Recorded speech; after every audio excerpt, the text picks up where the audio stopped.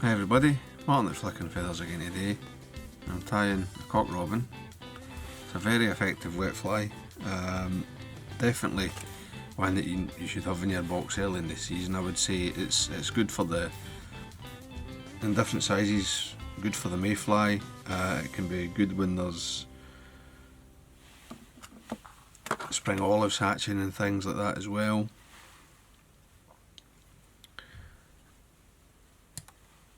Makes a good middle dropper. As always, I'll put a materials list in the description, along with a link to the Patreon page for anybody who wants to support the channel, get access to the members only content and the monthly online tying sessions that we do. You'll also be entered into the giveaways. Or you can just subscribe, hit the bell button, that's all, I appreciate it. So I've got my hook and my vise. It's a size 12 B175. I would say you can tie these 8s to 14s. I think 12 and 14 are the best two sizes. I think of it more as an olive imitation, but in a 10 or an 8 it can be also good in when the mayfly are coming off. I've just run on some black thread, which is Uni 80. I'm going to tie in some bronze mallard fibres for the tail. I've maybe got half a dozen here, and I want them about the length of the hook out the back. Just catch them in, make sure they're on top.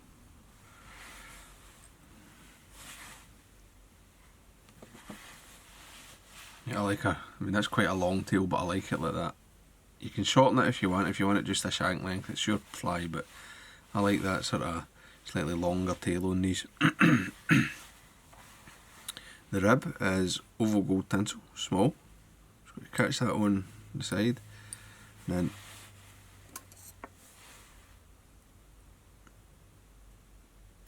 trim that away, the length of the body, we'll tidy up.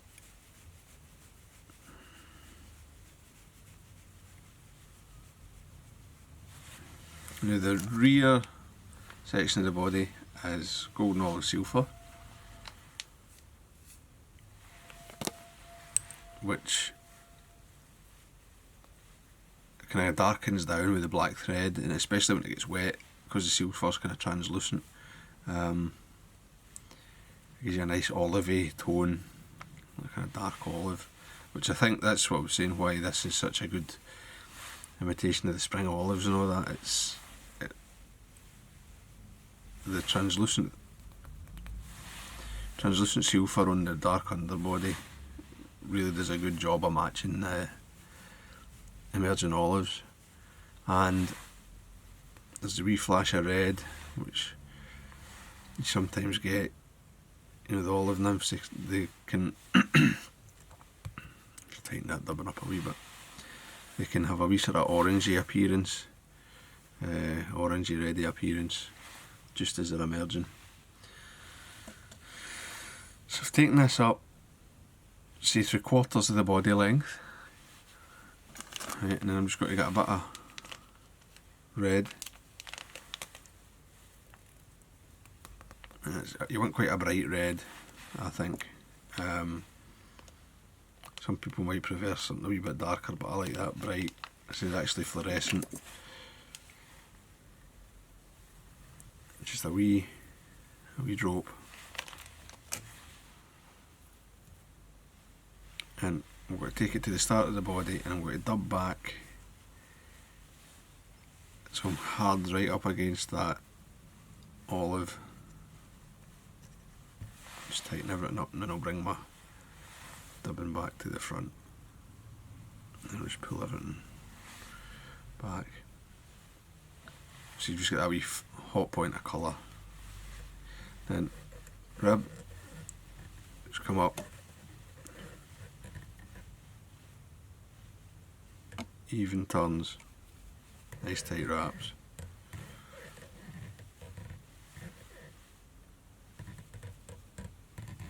Four or five will get you up. Catch that off, tie it in. Now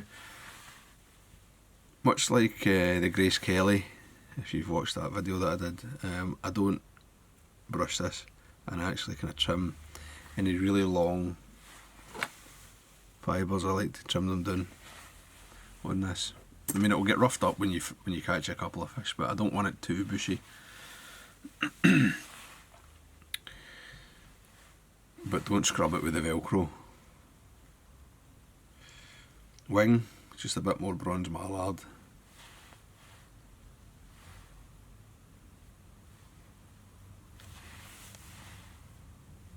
Just got to roll it up.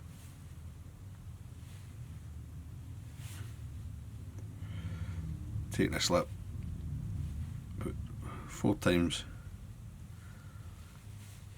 the width of the wing, and I'm just rolling it, folded it in quarters. 3 would do as well, just gives you that wee nice bit of colour, you know, when you fold it, it darkens it up a bit. Wing length, I like it coming back into the tail anyway, maybe something like this, say about 1/3 of the way into the tail. So just change hands, get that right down against my tie-in spot. You know, you want the feather slip touching. Pinch it, push down to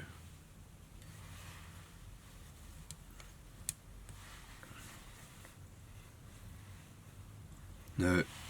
It's kind of sticking up at the moment, but I don't mind that. When I put the hackle on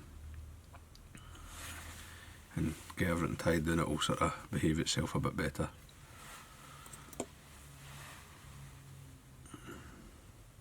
Trim away the waste.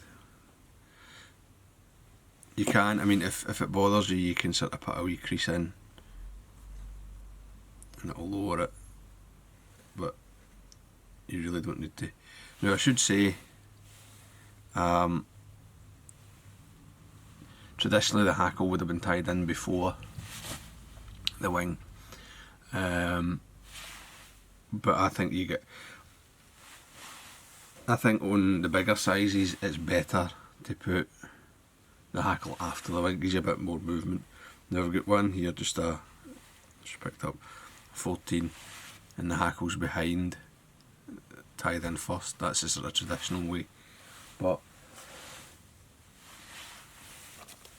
there's a bit more life about the fly if you tie them wing first. So I'm going to just get a sort of gingery, red gamey brown hen hackle. I mean, it's up to yourself how light or dark. This one's actually got a wee black bar on it. There's a wee hint of the furnace in this. It's just an Indian, just a cheap Indian hen. Get it tied in by the tip, fold it back, and you just pull it back, and you can expose the tip, pinch it away, and then it's just going to be a case of folding this and wrapping it. And I don't know how many turns to tell you, it depends on the quality of your feather.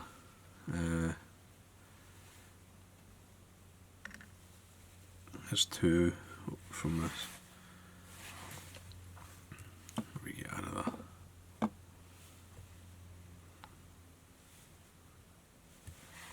Quite good at that. 2 or 3 turns will catch it in, fold it back, and I just ignore the hackle now and tidy everything up and build my head.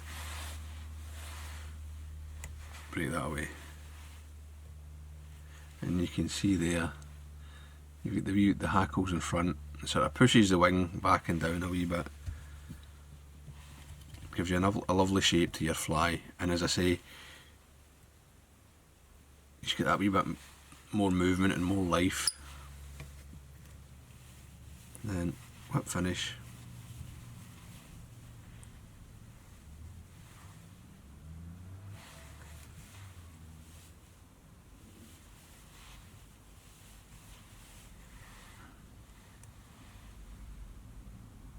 And there's your cock robin.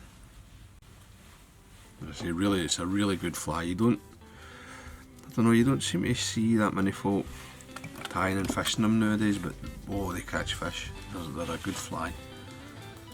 So I hope that was useful. I hope you enjoyed it. If you did, please remember to give me a thumbs up below and subscribe to the channel. Get in, guys. Bye.